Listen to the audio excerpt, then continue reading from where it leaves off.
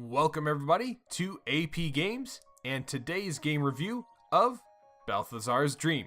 First of all, I want to say thanks to Psilocybe Games? Psilocybe? I'm not really sure. Thank you, Mr. Psilocybe Games for the key.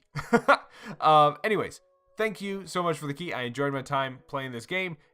Anyways, let's go ahead and get into the game review. First of all, I'm going to start with the description, go from there into the challenges, and then finally a description of the gameplay itself before getting to my numerical review at the end, so be sure to stick around for that. Or just click ahead in the video if you're really impatient. So, what is Balthazar's Dream? Balthazar's Dream is an indie game, which always near and dear to my heart. It's a 2D platformer game, which, if you guys know anything about me and my platforming skills, they're terrible. So, it's a 2D platforming game featuring a dog as he dreams about the spirit and the life of his owner. His owner was in an accident. I'm not going to spoil it, but it is a very sad premise for the game, which there is a place for sad premises for games. I'm not sure if this is the right way to do it or the right game for it, but the game is still fun and atmospheric nonetheless. I really actually enjoyed the sounds and the music. They did a very good job of fitting the tone of the game. So again, a very good atmosphere that was created for the game.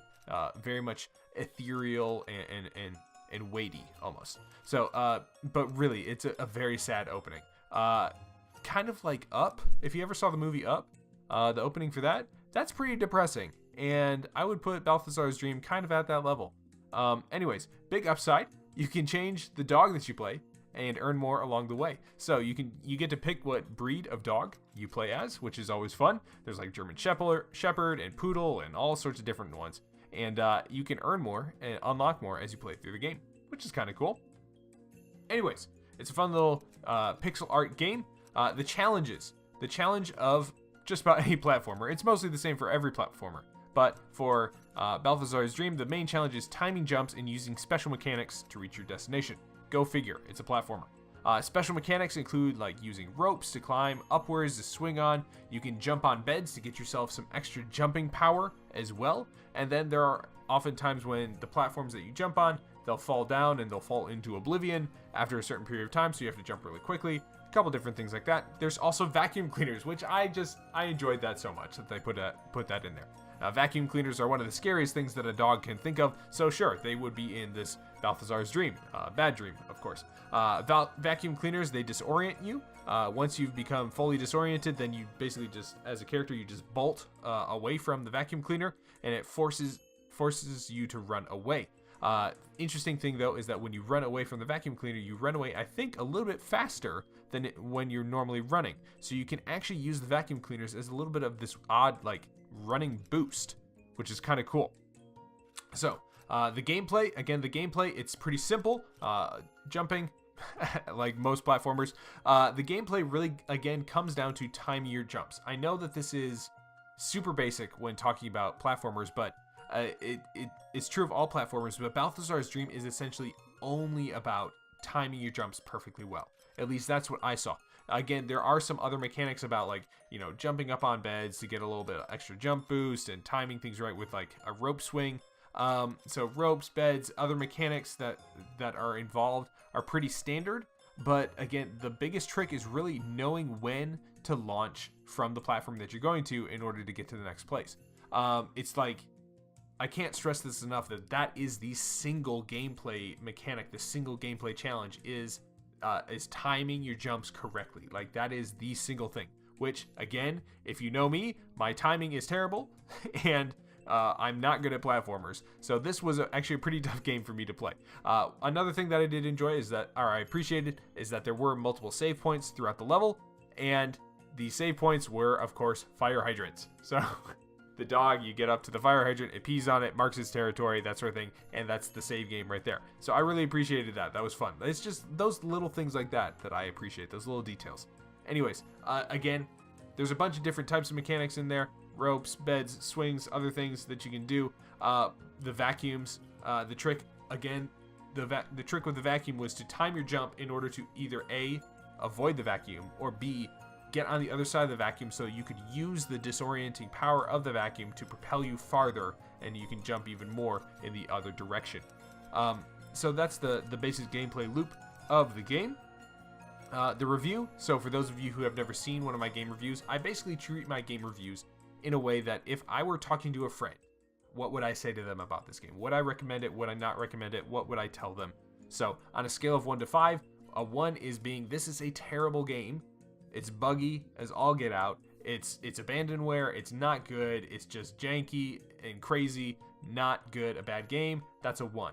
A 5 would be, this is like Skyrim. This is Ocarina of Time. This is the original Mass Effect series. These are like 5.0 games that you should really pick up at any time in your gaming career, because these are just classic games that you'll never get past, right? So that's a 5, and then a 3 is somewhere in the middle. So a 3 is basically saying this game's pretty fun. If you buy it, you'll probably enjoy yourself. Maybe encourage you to wait until it's on a Steam sale or something like that to really get your money's worth. That's a 3 in the middle. 4 is a solid, really good game, and a 2 is kind of a game like you might enjoy it if you're a really big fan of the IP or something like that, or maybe if you're a fan of the comic books that it's based off of, or the movie that is based off, something like that. You might enjoy it, but extreme caution with 2. So with that, what do I give Balthazar's Dream? I give Balthazar's Dream a 2.75. So 2.75 for a couple reasons. First of all, the game's, it's a little indie game, a little indie studio that I cannot say the name of. So the game isn't super expensive, but it's got a good challenge to it, actually. Again, the timing is like the main challenge that you have to get down, the main gameplay mechanic that you have to get down, but the timing is challenging, especially for someone who does not have good platforming timing. The pixel art is nice. Again, the atmosphere was really fun. The music, the moodiness, the artwork and everything. Being able to pick different dog breeds, I really enjoyed that too. I thought that was fun. The other thing is that I think I mentioned this before. You can unlock more dog breeds as you play, which is a lot of fun as well. Again, gives you a little customization, gives you the ability to enjoy it in that way as well. The thing is that overall, as someone who's not good at platformers and as someone who doesn't really particularly enjoy platformers, I think the last platformer I really actually quote unquote invested time into or played was Donkey Kong 64, which I'm not even sure if you really count that as a true platformer. Anyways, as someone who really isn't much of a platformer player, there just wasn't really enough to keep me interested in playing for a long period of time. The mechanics seem kind of uninspired, I would say. They're just kind of basic. There's nothing really revolutionary there. There were some nice little touches, like again with the fire hydrant and the vacuum cleaners and that sort of thing. But overall, it's not super inspired for me. The story was kind of touching, but at the same time kind of morbid and discouraging to think about, like mortality and death and the afterlife the entire time that you're playing this game, especially as if you fall into the pit of nothingness. It's you fall and you revive, but what happened when you fell into that pit of nothingness, right? Because if this is a dream or a spirit, I don't know. It's just the story's kind of morbid.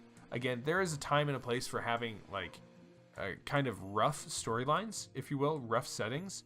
One of my favorite game series of all time is the Banner Saga, and the entire theme of the Banner Saga is you are this small person in a really big world, and there are tons of things outside of your control, lots of people dying and starving and perishing in combat.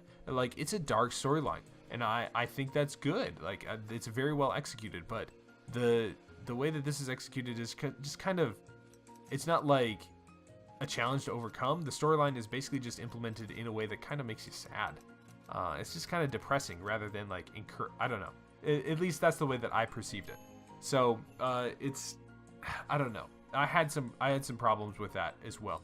Again, if you're really looking for a difficult platformer, a quick, cheap, difficult platformer, I think that if you're a fan of platformers, this might be a good value for you.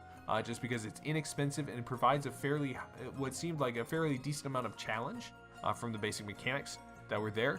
So if you're a fan of platformers, check it out. There will be a link in the description to the Steam page if you want to give it a go as well. I will say that the game is promising enough that whenever Psilocybe or Psilocybe, however you say their name, whenever they come out with a new game, I'll probably keep them on the radar for indie games to check out. I think that it has enough promise where their studio is worth keeping tabs on. I'll put it that way. And so that's what I think is probably the most beneficial part of this review, is that I have a new indie studio to keep an eye out, especially if I'm looking for something with pixel arty and that sort of thing. So that's my game review here of Balthazar's Dream. Be sure to check it out if you're interested. Hopefully you guys enjoyed the game review. Hopefully you appreciated it, even if you don't enjoy the game itself. If you have any questions, leave a comment down below and I'll be glad to answer them. If you have any comments about the score, if you differ with me on it, leave a comment down below as well. If you haven't done so already, be sure to hit like and subscribe, and we'll see you again soon here on AP Games.